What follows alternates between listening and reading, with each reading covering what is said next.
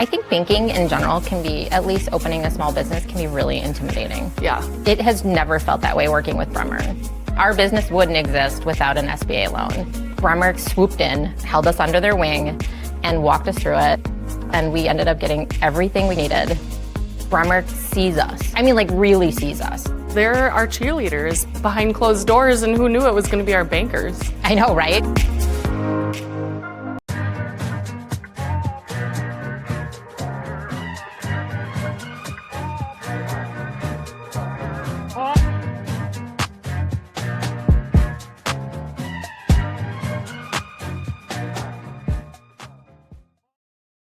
What's up? What's up, everybody?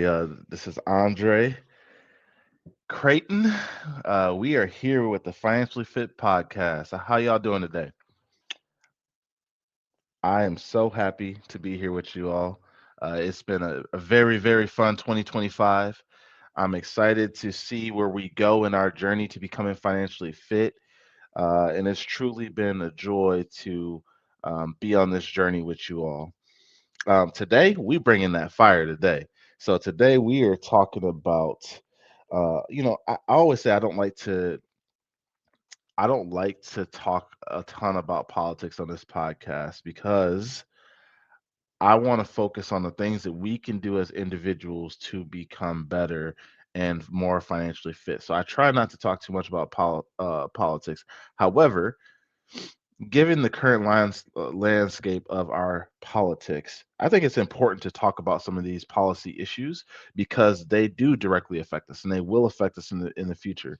So I think we're at a turning point where, you've heard me kind of talk about certain things that eventually lead to some politics and it's a byproduct of politics. However, it's inevitable now. We have to educate ourselves on what is happening and how do we turn the page, and how do we prepare for what is to come. So today we are going to talk about a topic called neoliberalism. Man, that's a mouthful. Neoliberalism. Have you heard of it? Um, well, the concept has been around for a while, but if you remember back in the 1980s, with Ronald Reagan, I think he was president from 1981 to 1989. And this is where neoliberalism, man, that's a mouthful, became very prevalent. Not to say that it wasn't around in the past, but that's where it really surfaced and people started to take notice to it. So you might be asking yourself, what is neoliberalism? So it is an economic and political philosophy that merged in the late 20th century, and it emphasizes the importance of free markets, deregulation, and privatization as a means to promote economic growth and individual freedom. Let me read that to you one more time because I know I stumbled a little bit there. Economic and political philosophy that emerged in the late 20th century. It emphasizes the importance of free markets, deregulation, privatization as a means to promote economic and individual freedom. So, what does that mean? You're probably spinning, you're like, what does that even mean? Essentially, what the government is doing when it comes to neoliberals is they believe that basically everything can be solved with a business.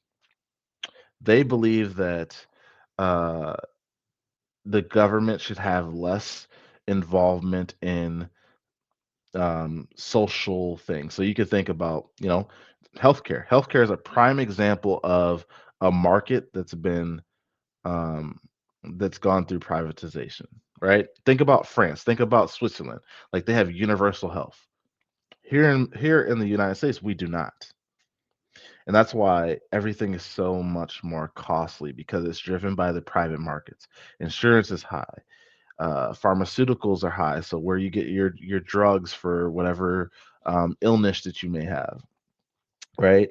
And then obviously going to see the doctor or having a surgery or some of those things, if you don't have really good insurance, is very expensive, right? But all of those things are in the private market. So the private market creates competition, which obviously competition drives up price. Whereas if you think about if it was all government funding, there would be probably a flat rate, right? Because it would be ran by one entity, right? It's the reason why we have the DOJ, our Department of Justice. The reason why we have the Department of Education, right? So let's talk about Department of Education, right? Department of Education is the department that funds a lot of our funding for our public schools, right? Obviously, we have some private schools around here, so that's what we call the private market, right? But you have to pay an arm and a leg to go to a private school. I went to a private school my freshman year of high school, and I saw the strain on my parents' face, and I got the heck up out of there. Excuse me, I almost let one go because I'm very passionate about this topic. Um, and I ended up, so I ended up leaving, going back to public school. When you have when our president talks about getting rid of the Department of Education and government spending on education, and rethinking that, he's thinking about private market. He's thinking about how can the private market start to take more hold. And if you think about that in theory, who does it affect? It affects the people that cannot afford to pay for private, right? It affects the people that whose mom and dads are working three jobs, who aren't home, don't get to see their kid because they're working three jobs to try to make ends meet, right? Those are the people that are going to be affected that can't afford to get their kids to a private school. Um, the other thing is, and I'm not even going to get into all of the reasons uh, why they want to turn back education, the Department of Education, and what that means for growth of underrepresented communities from an educational standpoint. That's a whole nother topic that I could talk about for an hour. Today we're just talking about the policy. So um, also he's talked about Medicare, Medicaid. So um, I'm gonna talk a little bit about that. Medicaid, Medicare doesn't affect me personally, me individually, my household individually. Where it does affect me is my parents. So my dad is going to be 69 next week. My mother is going to be 65 later this year. My mother finally is at a point where my dad is no longer having to pay for insurance for her come September, and she can get Medicare. If those things go away, or funding is cut for those things, there's going to be a lot of people that do not have health insurance, which increases diseases, which obviously is going to increase the death toll. I mean, there's so many things. You think about the hospitals that receive Medicaid or Medicare um, insurance, right? Think about what allocation of revenue that is for a lot of hospitals. Think about rural, right? So I know rural typically tends to be very red, right, and very conservative. Well, the people in the rural communities are going to feel it very soon because when the hospital is not getting payment for Medicaid or Medicare, and they're losing money and they no longer can stay open, and they're having to do layoffs of nurses, doctors, whatever it may be, those hospitals are going to close. So where do you think that you're going to have to go when you live, um, when you're in a rural community and there's no hospital? Well, you're going to have to go to the next town over. You hope that there's a hospital in the next town over. If there's not a hospital in the next town over, where do you think you're going to have to go? So let's say that I lived in St. Peter, Minnesota. St. Peter's not a good example. Um, let's say that I lived in a small town. Let's say I lived in Buffalo, because I did live in Buffalo at one point. And we use Alina. Let's say that Alina was to go out of business. Well, let's say that I have a medical issue that I need, that's an emergency and I need to get to the hospital. Well, now I'm going to have to drive all the way to the Twin Cities to be seen because that's the nearest hospital for me. That's an hour away. So there's a multitude of issues that will occur. You know, they talk. There's been talks about why we don't have universal health care. The argument has always been, well, then the hospitals and places are going to be overpopulated, and we're not going to be able to, uh, people aren't going to be able to be seen. Well, what do you think happens if Medicare, Medicaid goes away, and these hospitals in rural communities start to go away? What do you think happens when people have to drive across town, across the state to be seen? It's the same thing. So I don't like the excuse that we can't have universal health care. I think healthcare should be something that is for everyone because it's a basic necessity to be a human, to live life as a human being in this world. Um, So when we talk about privatization of markets, it really kind of scares me what this new administration is doing.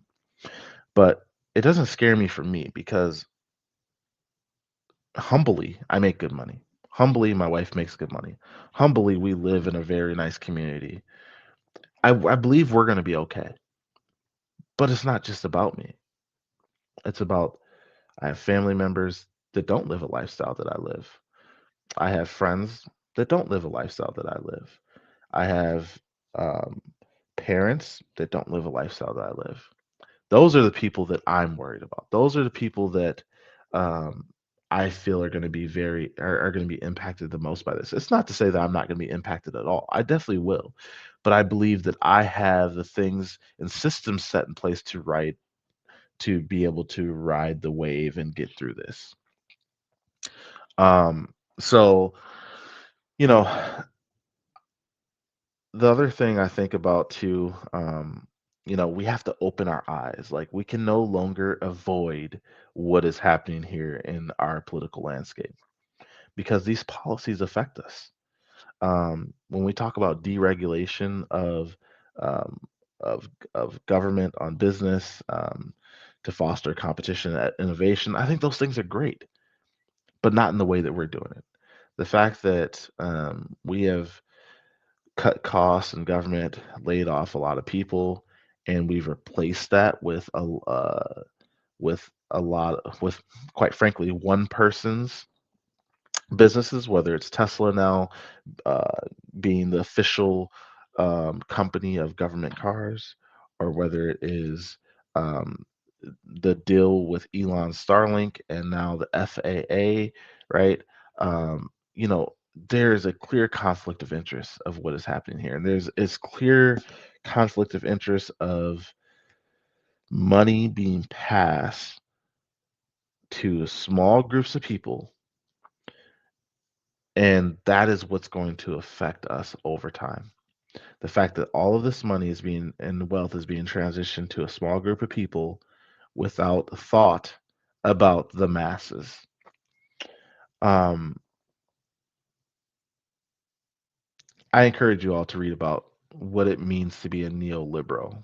Um, Neoliberalism is something that I think a lot of people think is dead, but it is very well being shown in this administration.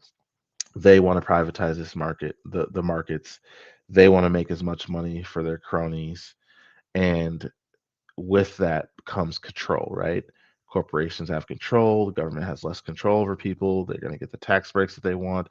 Whatever the corporations say, the government will do. Why do we think that all of these companies are rolling back their DEI initiatives? Because they know. They see what he's doing. They see that they're privatizing things and they want to be a part of it. They don't want to be left behind because they want to have a voice in the room. When the government's completely deregulated and there is a sole person in the government running the government along with these corporations, the corporations want a voice in the room, and that is exactly why they remove their DEI initiatives. So with that being said, I hope you learned something today because this is a very, very important topic. And I hope that you pay attention to the policies and I hope that you don't turn a blind eye. I'm tired. The days of people saying, I don't get into politics, or I don't care about that. Like, they're all evil, blah blah blah. There may be some truth to that last statement, right? To an extent. But those days of not caring are over. We have to care. We have to educate ourselves on what is going on and what these policies mean to us and the people around us. So with that being said, as I always say, it's not about how much money you make. The power is in how much money you keep. I'm your host, Andre Creighton. I will see y'all next time.